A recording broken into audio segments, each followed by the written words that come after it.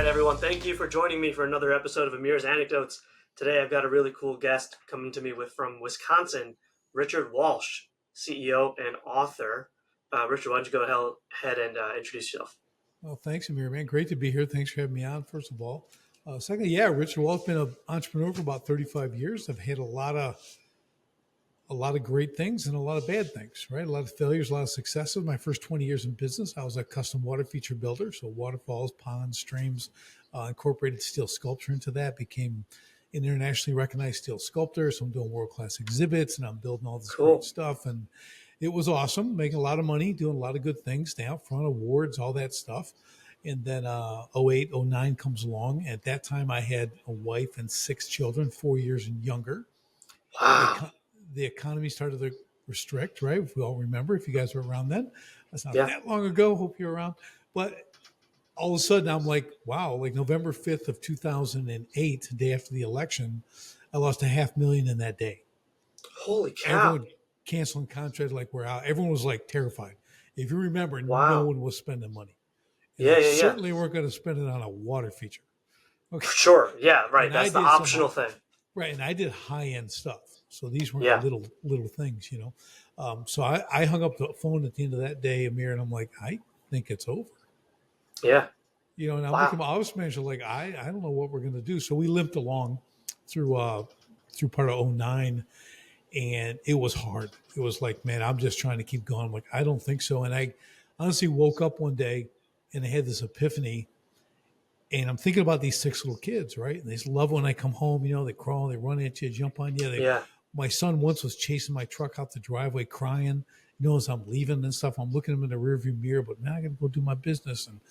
And I started thinking, you know, I'm keeping business first all the time. It's all that mattered to me. It was winning, getting the awards, being on the committees. I'm doing all this stuff. And like, you know, if I stay on this path, I'm gonna ruin their lives. Because more is caught than taught with kids. And all they'll know is what I did. I could say all the right things, but if I did that first, they're going to have broken marriages, ruined relationships, right? They're not going to really know how to function outside putting their identity in their business, right? Yeah. So I literally got out of bed, went to the office, and we shut it down.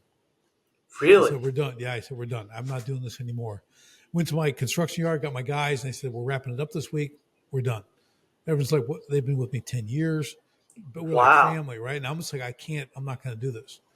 You know, so whatever that window I got to see that future, and I didn't know what I was going to do, Amir. I had no idea. But I'm like, it's over. I got debt. I'm about to lose my house.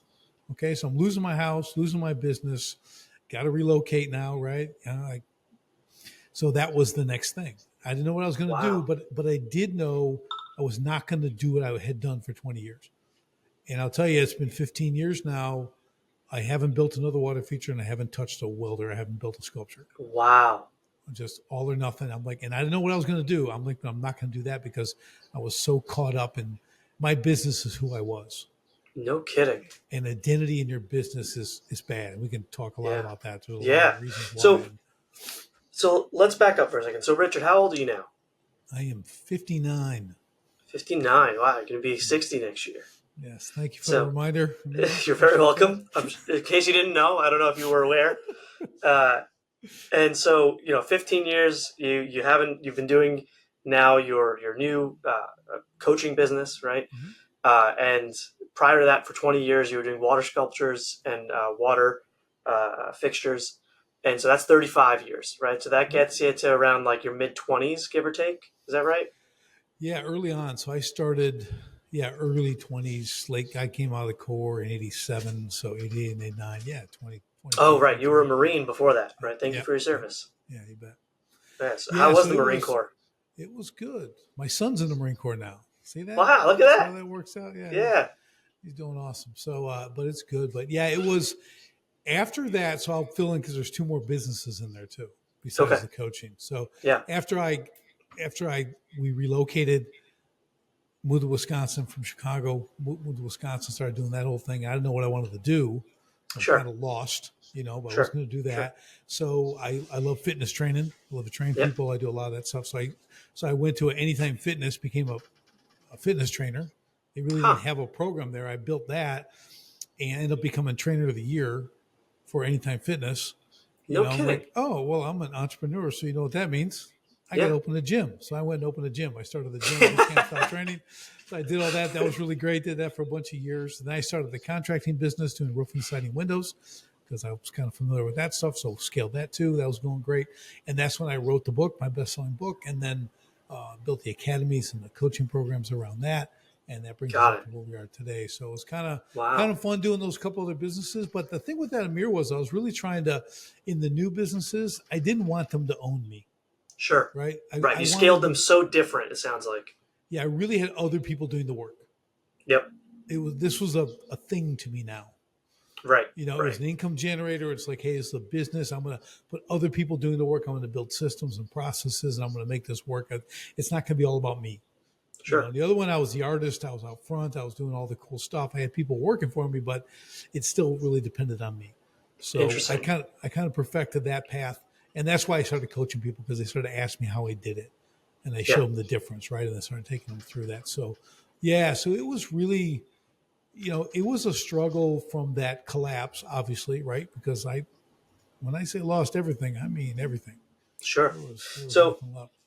when you look back on those phases of your life, right? Mm-hmm. You're looking at yourself. You're like, I'm Rich the Marine, and then you're like, I'm Rich the welder, and then I'm Right. Rich the artist, and then you become Rich the serial entrepreneur, and you're Rich the dad who closed his Right. business, right? And so when you look back at all those phases of your life, what do you look at and think about as the lowest or most financially stressful position that you were ever put in? Well, it was really that collapse was the worst, but here's what really kind of did it. So I had opened a retail store for my business, and had a really good one. Decided, hey, I'm going to go to the high end of town and I'm going to open one there. Yeah. That was a mistake. Okay, Oh, interesting. I lost 100 grand. Right. Okay, in a year doing that, and then I had to get out of the lease. I had a 4-year lease, so there Oof. was like a 10-month deal before they got someone in there. So I'm on the hook for that. Okay. Wow. So now I'm kind of struggling, trying to keep everything going and juggling, not really paying attention to mail. Okay. Like Sure. things you Yeah. get, like things like judgments against you and stuff. Oh, Oh, jeez. so, and I'm not kidding. It was Christmas Eve, Amir. I had like 50,000 in the bank. Okay. Okay. In my personal stuff.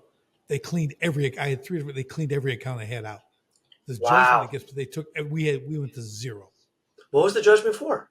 It was for the 10 months that they didn't. Oh, They well, were if the suing rent for the for. right for the rent. It was like $4,500 a month. Oh my God. Okay, and these guys, they are ruthless.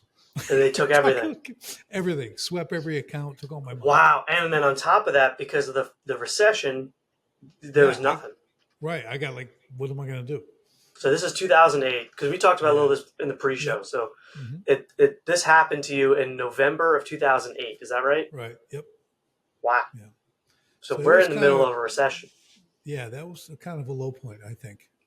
Wow. Yeah. So your bank account went from $50,000 to $0. Yeah.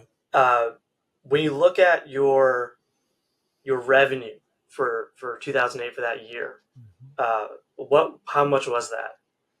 We did about 850,000 that year. Okay, and that was pre expenses, right? So what was your profit? Yep. Our profit that year, it was kind of rough. We were probably at about 105, I think, 105,000 on profit. Wow. So and then what about the year before the recession when you were like, I would assume at your biggest? Yeah, it was really good. Yeah, we were we were closer to 2 million, close to about 2 million. Our margins were magnificent. Okay. I mean, I had incredible Sure. margins because What was your profit that year? I put about 900.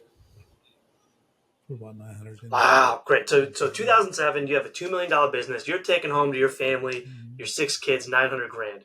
The next year, 2008 financial crisis, plus the judgment. So no one's saying, I'm going to do these water sculptures and these steel sculptures in my house. Those are the optional things that go away. Right. You lose those contracts, you get the judgment. You had a $900,000 business where you took home 100 grand, 50 grand left in the bank. It's all gone. Right. Wow. Yeah. And you got 6 kids to feed. Yes. Yes. And my wife. Wow. She needs to eat too. Oh yeah, right. And your wife. Don't forget about the wife, right? You don't have to eat. Because she's a stay-at-home mom, since our Yeah. first kid, and then our whole plan was to homeschool our kids. We're going to do all that stuff, right? So it was kind Yeah. of a big deal, and that was, that was kind of stressful. So now Wow. there was a plus. Everything I owned everything, all my equipment. That was one of my. I'm going to call it a vice because I don't really have any vices.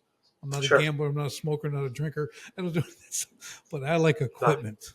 Okay. Right. Yeah. I like Well, you got to buy the nice tools. Yeah. Yeah. Oh, Yeah. look, it's $50,000 skid steer. I got cash. I'll buy that. Oh, it's a Right. $40,000 website. I'll get that. I did all kinds of stupid stuff like that. So at least I owned it. Right. Again, probably not the best move to do that looking back. It's like, why would you buy something? Sure. Yeah. Why would you, when I could have leased that for like 6 months and given it back and Right. had $45,000 to invest? Right. Right. So Yeah. like, so yes, hindsight's awesome. But yeah, so I had that. So I'm like, well, I can liquidate some of that, right, to keep us going Sure. and get us relocated. And you're getting about 20 cents on the dollar. Right. Right. Okay. So So it's that's not what a you good did. time to sell. So is that kind of how you paid your bills and bought groceries throughout 2009? Yep. Wow, just selling off the business. Yep. And you'd mentioned that you were driving to work and you had your son kind of chasing you down the driveway saying, "Dad, don't go to work. You were locked up in your business." Did that happen afterwards? No, that was during that whole same time. It Wow. kind of all was at the same time, Then I saw this, and then that happened. It was, yeah, I haven't. It's been 15 years, so I haven't really thought about it. But when you think about just that pylon, Yeah. just everything just stacking on each other, it was. I got an amazing wife. Like she's still with me, and she's still around. So, that was. I was trying some different stuff to keep it going, and that nothing was working. And I'm like, man, it's just. And I'll tell you why, Amir, what's interesting is that first 20 years in business, I didn't take any help. Sure. No one, I had a billionaire client, okay, Yeah. like giving me advice. He really liked me. He's one of my biggest customers. And I'm like, yeah, whatever.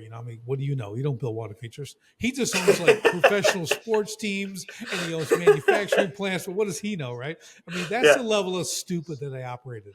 Well, you were like 25, right? So. No, by then I was in my 40s. Oh, all right. Then you just, that's on you. But yeah, exactly. But it was ego. Yeah. It was just, I want to do it all by myself. I don't need anyone's help.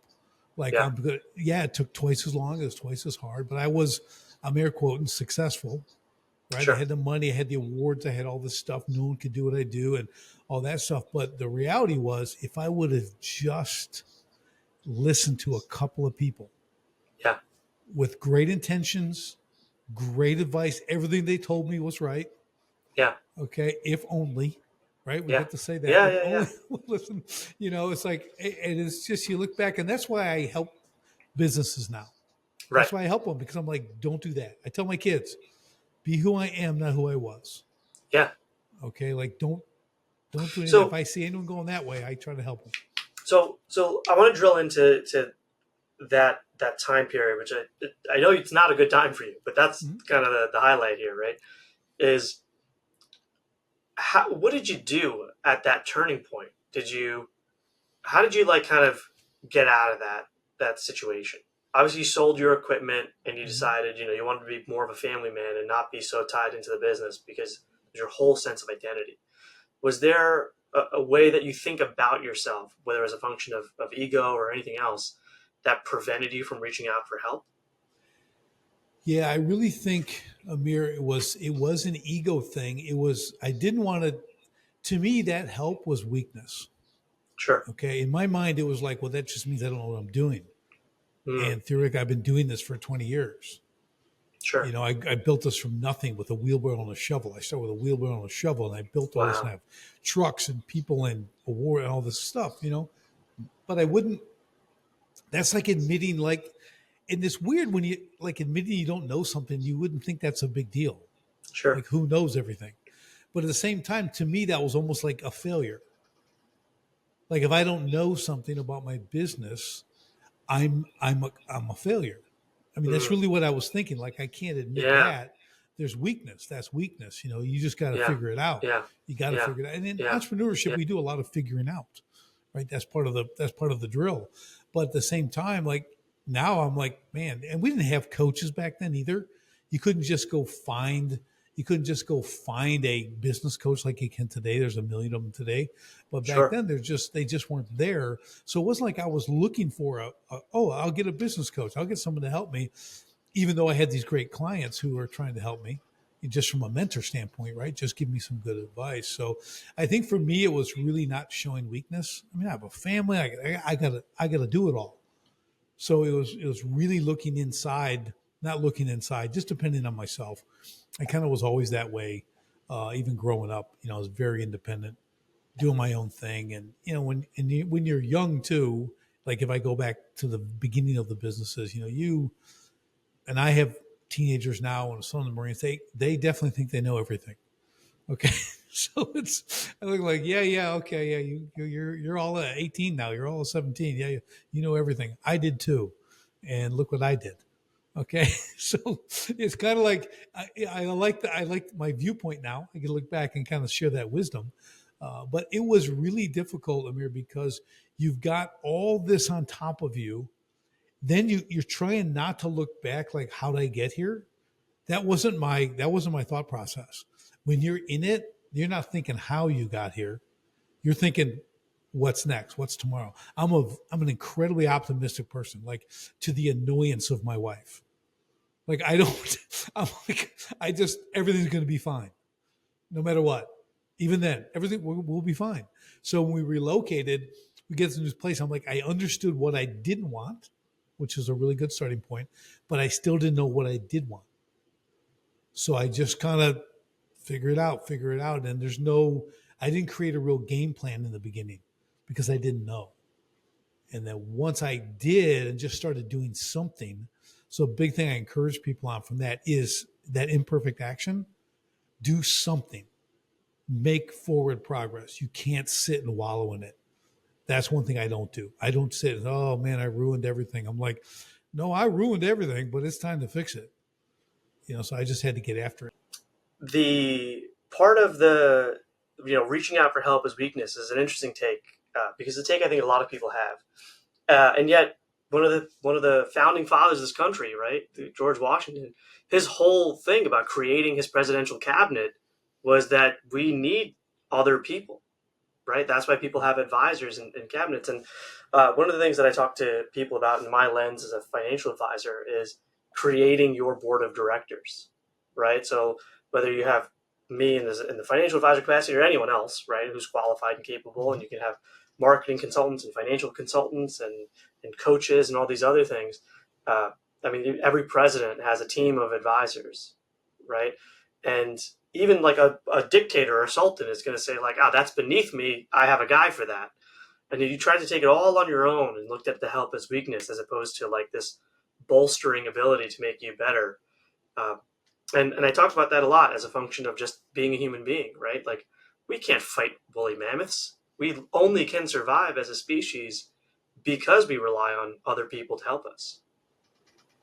Yeah, that's so true. And it's so interesting that because I wasn't taught, okay, right. I just did this. I'm like, again, I'm a guy who can work hard. So I just worked hard and I started creating things. But to look back now going, you know what I could have done? Yeah. If I put the right people around me? Yeah. I mean, it'd be unbelievable. Or as the great saying goes, if I only had what I lost, yeah, I'd be set. Yeah. From a money standpoint, right? So, but yeah, it's so true, Amir. You look at like, why were you just why were you just so closed off, to that help? Just it's what a weakness. I thought of being the tough guy. Yeah. Powering through and everything else, and it's just you're a fool. I mean, I was. Yeah. I tell people, it's like, man, I could have, and my friends were trying to tell me, but I can be a little intimidating. Sure. Like I'm not Mr.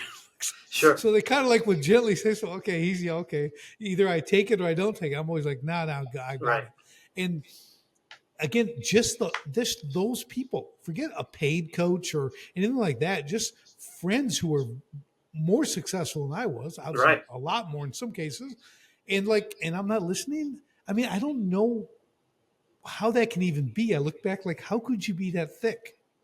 Yeah. You know what I mean? Like it's just a level of stupid I can't even comprehend today. You know, how can Yeah. you do all that I could do and I didn't do that? Because I think, honestly, I think it comes back to financial literacy. Yeah. Okay. Meaning that growing up, we had nothing. Yeah. Nothing. You know, you know yourself. Not, and I'm like, so I don't know anything about money. All I Right. know there isn't any. Right. That's all I knew, right? So I started making money. Yeah. Like, oh look, I can make lots of money. How much do we need? I'll go make that tomorrow. I'll go make that. And I just kept making money, but I wasn't doing anything with it. You know, when tax bills are coming, I'm not paying attention. Yeah. Yeah, I'm just pushing the left side of the desk. I'm back out making things. I'm out making more Right. money. Right. Right. And that's what compounds, okay, Mm-hmm. in the bad way, right? And Yeah. those things take you out as a business. You take all that work, all that success, all the money, and it's flushed down the toilet in one day. Yeah.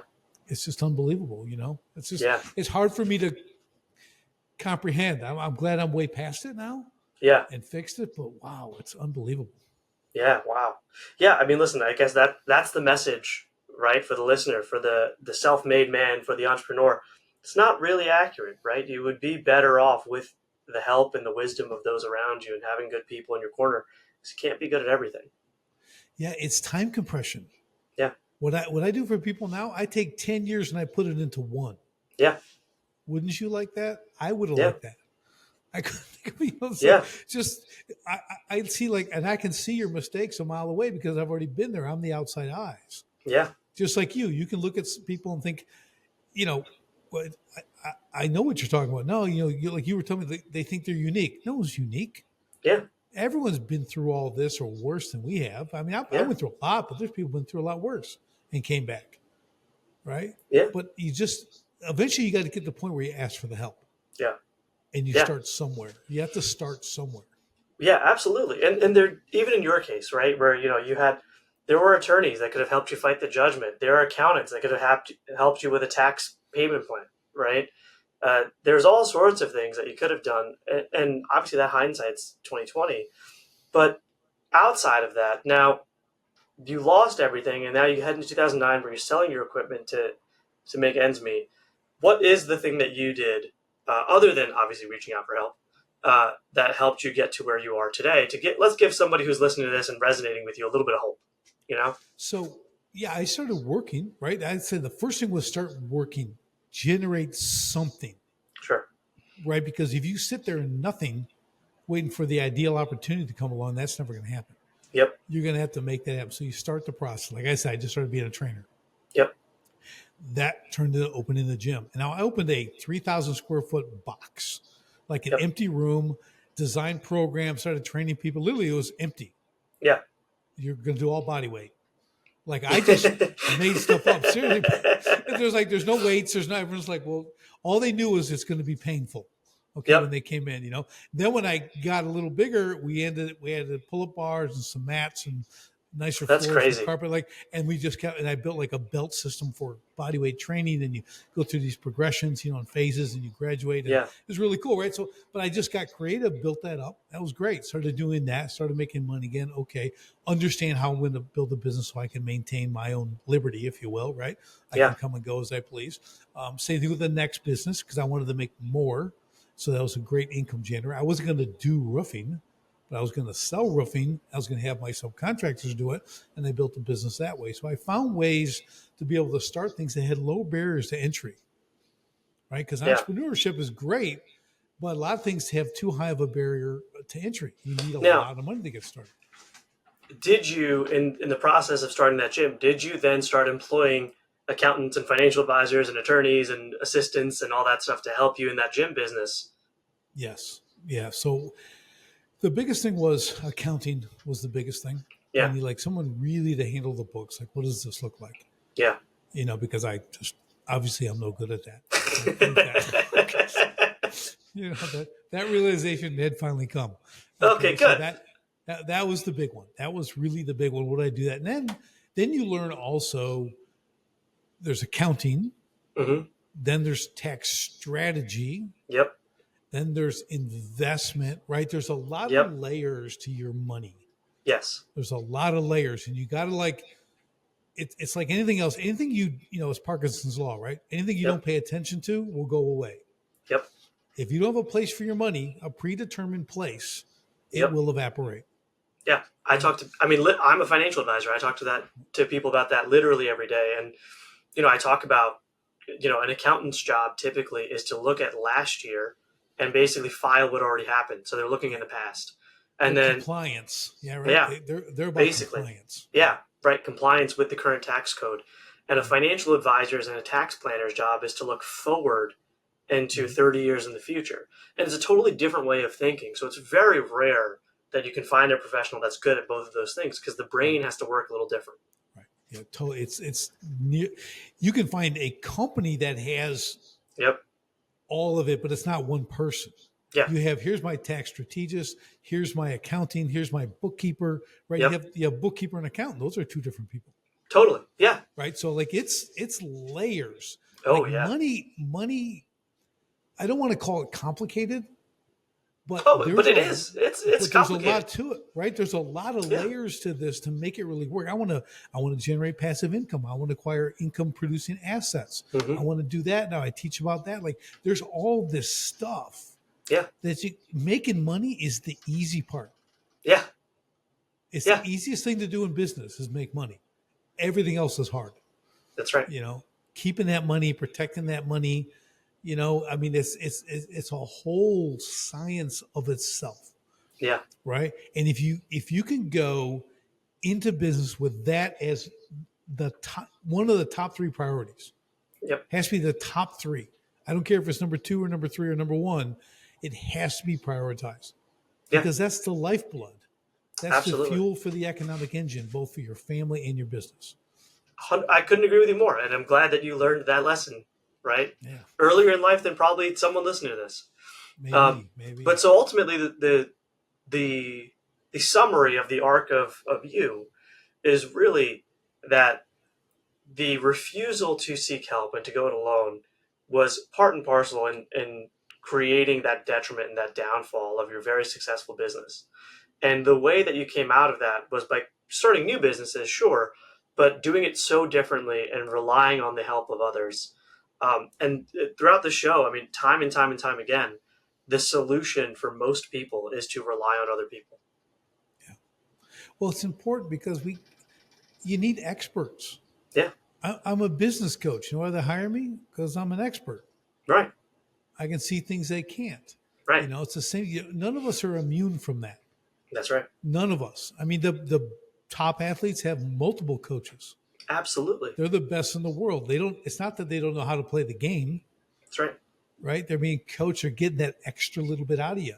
It's the same thing with money. How much more can I get? How can I get my money working for me? That's right. How can my money make money? Right? That's what it is. Not just make money and spend money. Make money and have it make more money. That's right. That's what we want. That's how we got to think about it. But like you were saying, Amir, it's these layers, and it really takes time. You don't start with maybe 5 layers. You start with the bookkeeper, and then the accountant, and then I'm kind of making some money. Tax strategist. How do I keep more of this? Why am I writing such big checks to the government that doesn't do a thing for me? Yep. Okay. That's right. I can do more with my money than they ever could. That's right. I can do really good things with my money for others. That's right. So how do I do that? How do I keep that? Find the strategist who can do that for me. That's right. Well, so it's a great story, right? It's for you, it's your life, right? It's 35 years of your life. Right. But the ideal thing here is I think there's going to be an entrepreneur that's listening to this that'll resonate with your story and hopefully learn those lessons faster.